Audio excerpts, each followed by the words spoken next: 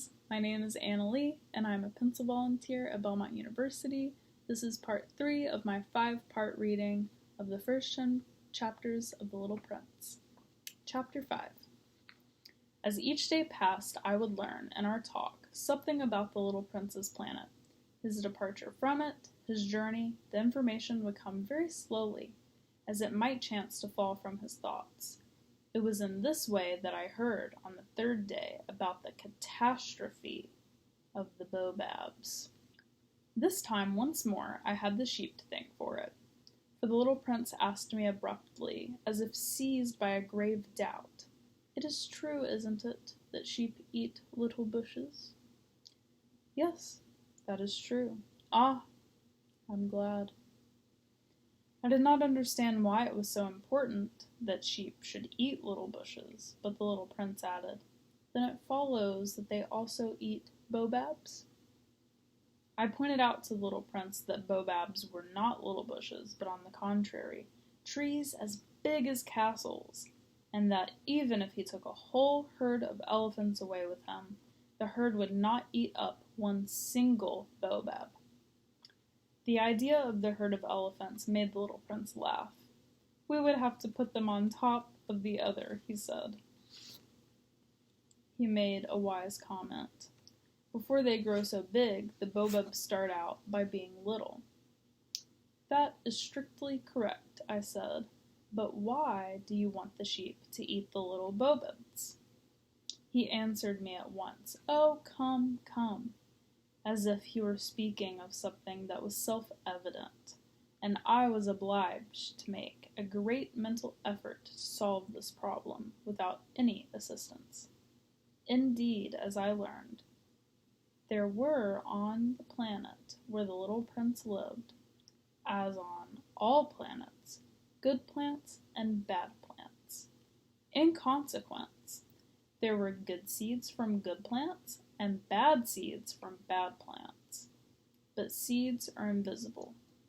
They sleep deep in the heart of the earth's darkness until one among them is seized with the desire to awaken. Then this little seed will stretch itself and begin timidly at first to push a charming little sprig inoffensively upward toward the sun. If it is only a sprout of radish or the sprig of a rose bush, one would let it grow wherever it might wish.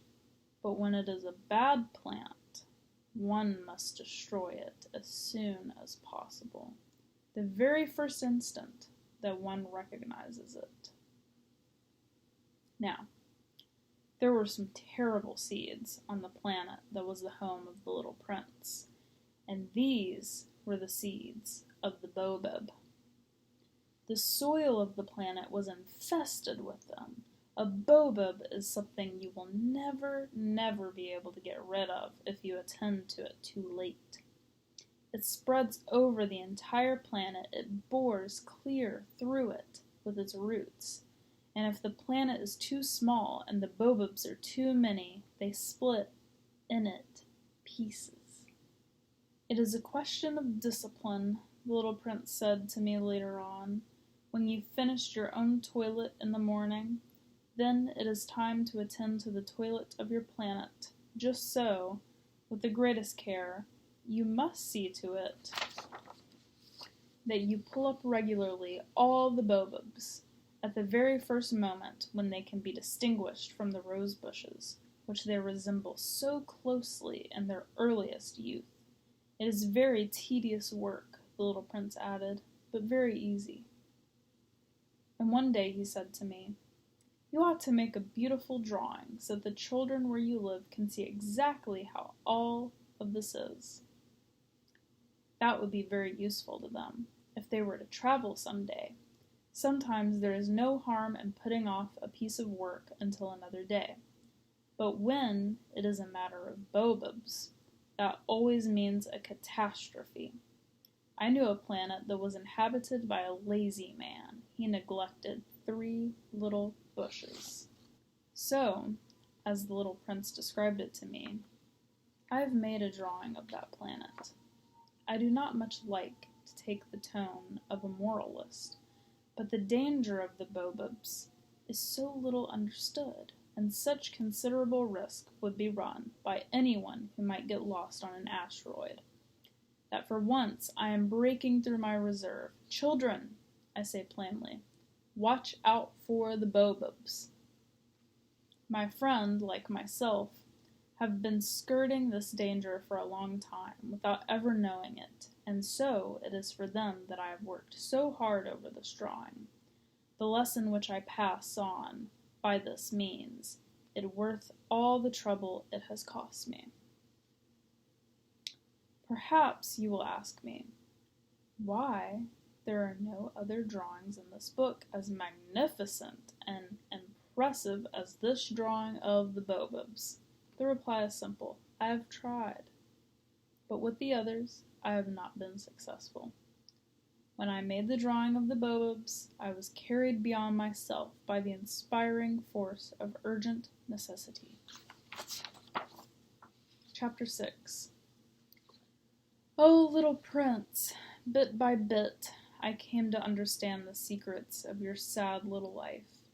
For a long time, you had found your only entertainment in the quiet pleasure of looking at the sunset. I learned that new detail on the morning of the 4th day, when you said to me, I am very fond of sunsets. Come, let us go look at a sunset now. But he must wait, I said.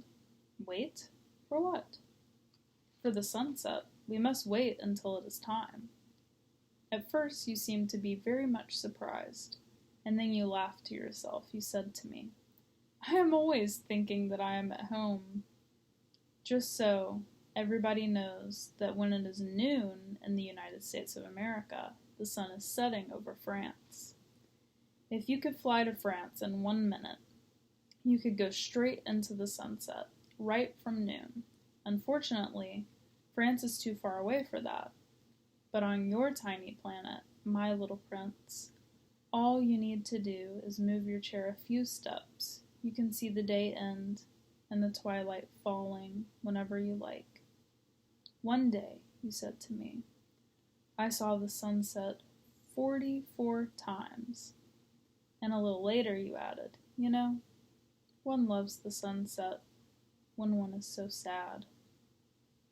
Why are you so sad then? I asked, on the day of the 44 sunsets. But the little prince made no reply. Thank you guys for listening. Tune in next time for chapters 7 and 8.